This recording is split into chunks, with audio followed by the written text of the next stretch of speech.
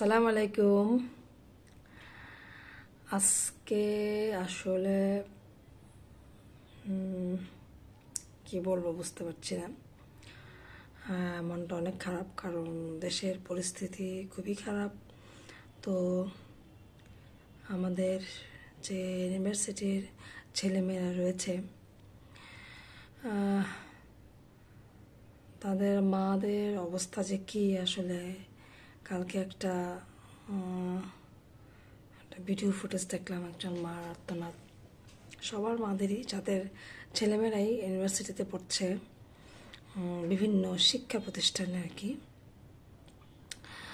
আমার কাছে মনে হয় সবাই খুবই আতঙ্কে রয়েছে তাদের ছেলে মেয়েদেরকে নিয়ে।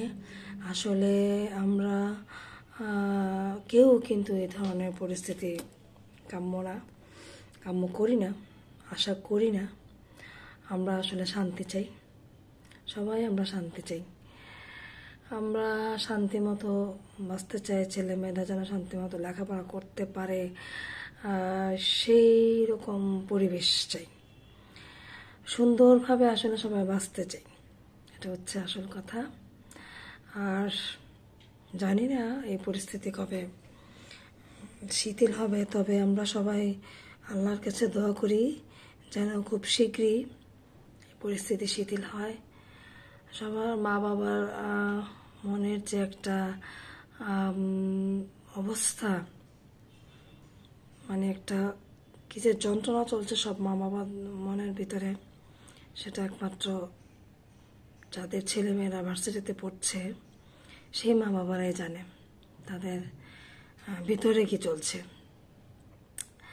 তো একটা ছেলে বা একটা মেয়েকে ভার্সিটিতে পর্যন্ত আনার জন্য একজন মা বাবাকে যে কত কষ্ট করতে হয়, তার মা বাবা তো কষ্ট করতে হয়, তার সাথে যে ছেলেটা বা যে মেয়েটা ভার্সিটিতে টিকছে, সেও যে আসলে কত পরিশ্রম করে আজকে পর্যন্ত আসছে, সেটা এক আল্লাহ জানে, সেই ছেলেটা জানে আর তার মা জানে, তার পরিবাররাই জানে কত কষ্ট করে আজকে এই পর্যন্ত এসেছে। তো যাই হোক, আমরা আসলে কেউ এটা কাম্য না, এ ধরনের পরিস্থিতি আমরা কেউ চাই না। মানে আমরা আসলে সবাই শান্তি চাই, সবার ছেলেমেয়েরা শান্তি মতো লেখাপড়া করে যার যার অবস্থানে পৌঁছাক।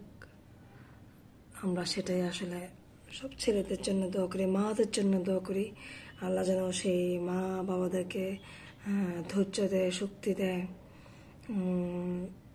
সব পরিস্থিতি মোকাবেলা করার জন্য। তো আল্লাহই পারে এই পরিস্থিতি থেকে ওঠার জন্য, পরিস্থিতিটাকে শান্ত করার জন্য। আল্লাহ চাইলে আসলে সব পারে। এক করোনা দিয়ে তো মানুষের অনেক কিছু শিক্ষা হয়েছে। তো জানি না আল্লাহ কি রেখেছে সবার জন্য। তো আমরা চাই পরিস্থিতি যেন খুব তাড়াতাড়ি শান্ত হয়ে যায়, অনুকূলে আসে। সব মা বাবারা যেন টেনশন মুক্ত হয়ে যায়, ছেলেমেয়েরা যেন ঠিকভাবে পড়াশোনা করতে পারে, সেরকম একটা পরিস্থিতি যেন সৃষ্টি হয়। আমরা সেটাই আশা করি। খোদা হাফেজ।